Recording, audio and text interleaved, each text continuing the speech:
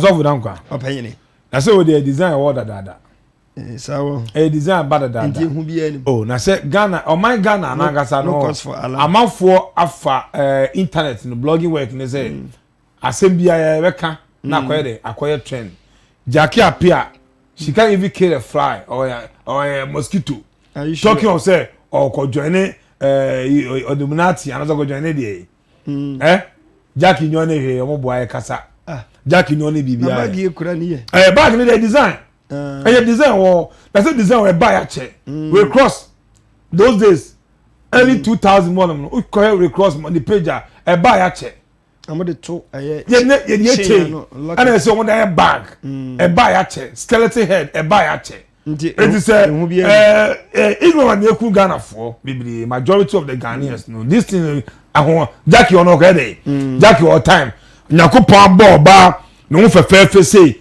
asabi member attitude for president for na Jackie appear dan oil money for na Jackie appear na osa akwa join society for what reason Jackie will not do that and she can't even do that so Ghanaians around the world and in Ghana here more basi Jackie appear no a fake news Ghana a designer anu akoto we any board dey ultimate tobi uni sika ultimate tobi go and ask about the price a very expensive so that say diamonds dey say semuni and they no very expensive it was awful offers ne nyate offers Jackie ne nyate e so offers no na me go offers no o so offers no ne nyate eti we dey ma ya tena ha ma Ghana for engu nanim ase Jackie appear or one of the celebrity ebu e won ho no Ghana for bebreni bre no Ghana celebrity bebreni bre no emu ma any member any bre no na ka ye show say wo kwa designs ne dos na den na we ngu o da bi say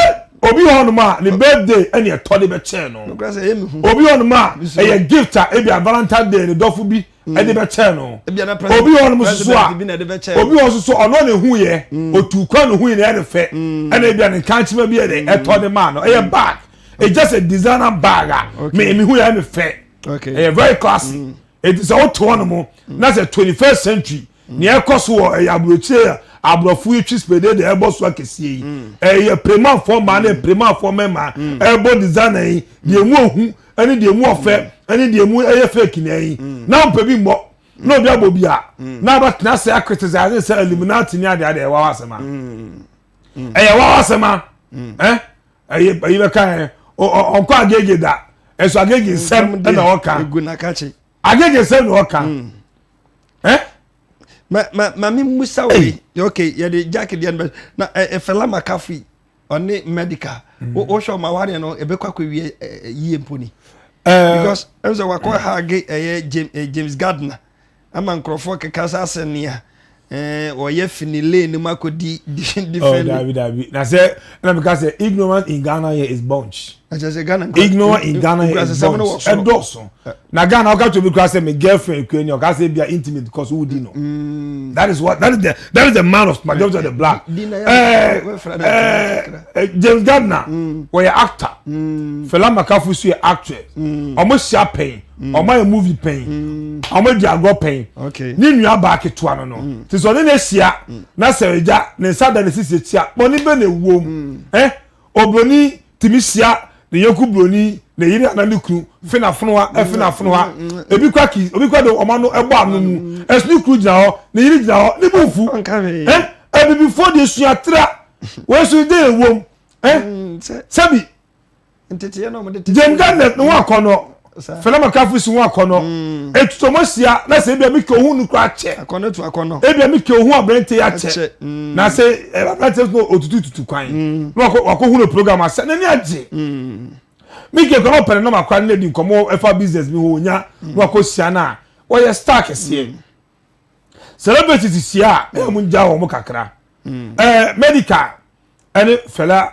Makafu aware ne de me nkomi bebre because manage ho okay there be am kase Medikal say wa wale oba Fela Makafu nyo oba o Medikal o tnaga say ukoja no oba we Yesu o say sebi ewiemo esumo ehanmo osumo ejemo ono be dan ne de unya bi sara na ohwe ne ye so I just say we be some for cry and do one hena no hwe ye man respect the enwo ho na e bloggers and the kofa ababa we and the dofu insem ebe dane no na man for su di akire they are living in peace.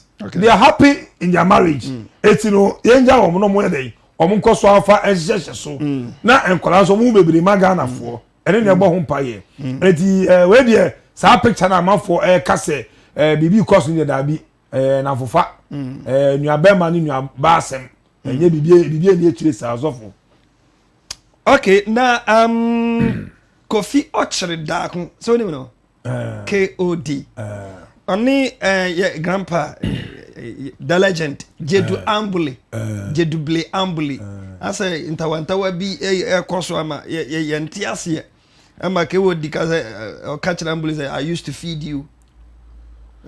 Oh, na say or catch in the sense of something, Bibianco Kappa, any brother. Ambolley, on trust who say, the time of music, no, and then I boss to see you. That is one thing people don't know. The century no I end it. Ono Ambolley na kaso na mo esama no na mo. O esama o tiate o esama no tiase. Alo ni pe bia so o esama o tiase no. All support the papa da. Dey be o bonsem gu. Okay. So just say era we ekoi. Dey be otutu bo shatawale.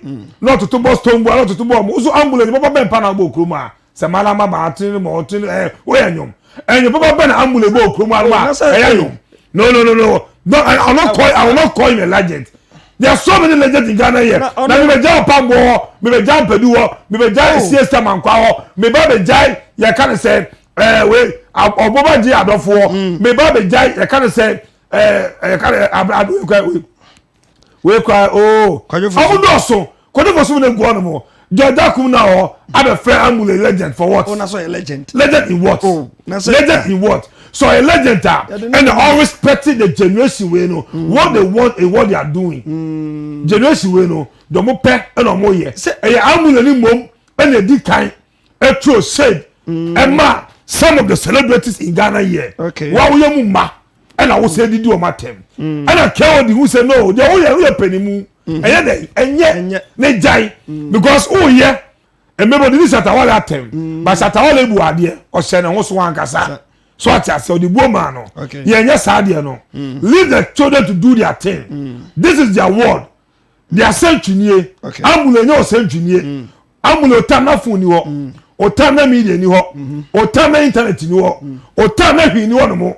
So they say, it is all time no. If internet wo, obitimi boko ka them. And the media no say see ah, e man ba hater. Don't sit in your corner to insult them say enyum phone no maye and enyum tanta no maye. Ambolley baba ben obo Ghana has on country nti. Oh, be sie bi ona neba oko disco wa say yellow fanasa mjoje. Oh this say but you should understand leave the children to do their thing. This is their world. We are living in a new world. A central world, and what that this generation, what they want and what they are doing, and what their fellow people are doing, almost supporting. Okay. So they say, educate one can say ye, men supporting mum, neso papa is mutunifo. Say that or them Ghana musicians, our media and so no, and Kolambe dinner tem. Ambolley central region musicians are going on. Okobon on the kitwa room. Okobon on the albums. Musicians the good central region no. Omo monyo mbe ko eno mo ti asimpo mo said them yen to mo campo no they have strong more than you Ambolley so don't sit there claim say we say ehun hia papa no the time na so pay them baby no ntina no one jai media no ema the generation no omo na yo mo dia o futuo bi a o be ma omo a you can put it in a nice way you can teach them in a nice way but don't throw shade at them. Okay. Expect to say they'll be quiet. They will not be quiet. Okay. This Indomie baby, Omano ya che apia. Omano ya say apia. We do be do atem no. Beko zigi. Obedu atem ma. Oda gwa wonda. E go ya be. Okay. Inna che say metias ya eba e betimi abu ha say wonne kraman ba edi agora. Otafri wa no. So papa we dey wadawro ma. Chokidin e sha wa nkona. Na say kill the cast we feed you pen. still kill the abranti e se ne ho ambulance se ense ho it is on usia no he ties the quite the mass oluma je to ho a no so just say so the old man have to respect himself first na nkola so dey emu no da benda na what say na nampedu and I say musicians in telephone bi aba monte cassetia enkola ni bi say wo man dobi so they say even though if it's not good crap na they don't talk about it they are also doing their best kromo remember na wa say obi ada musicians obi ada actor obi ada media personnel by force obi ada role baby obi ada sound kwan obi ada didi it is say obi ye na dia na enfa ho a kawa no dey atum. Okay, last meetie Oboba J Adofo interview bi na interview ano ebusa ne say enyom ben apart from ono an enyom na enyom ben na wate a kan pa na papa ni sun studio no ma me kra me rohe I say Charles Kwadwo su ankwanoma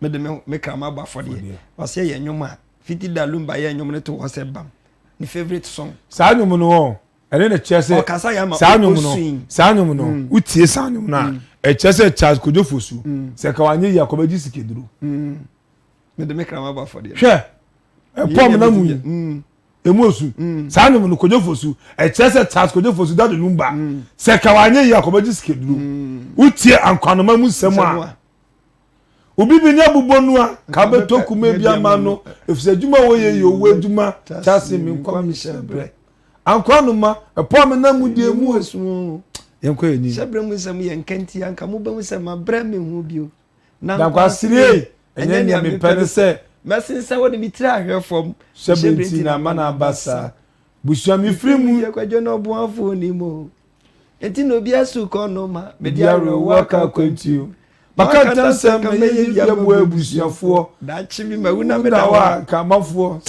look anyone was utia now you suffer cry ut me chat tot ha you suffer ut me chat tot when utia brecha when obi tablecha na say onya samobi ti ho a no ye ne kwan wi a na sem ho akwara sana na no fi kutoka kutoka ni ba bia do pain na wa ha do pain na wa ha ya bebe to bia yompo yem Charles Kwadwo su na mi sira no abetie oboba osin so we have to encourage our people. We have to encourage our see in Nigeria majority of the artists there they are not doing well but empirical support to them recently obi ababa on say friend say and so empirical support to them but Ghana empirical there by batting criticization say say omunya kasa titi line na pantalon line na jegusu wo e yesa dani o what are you talking about my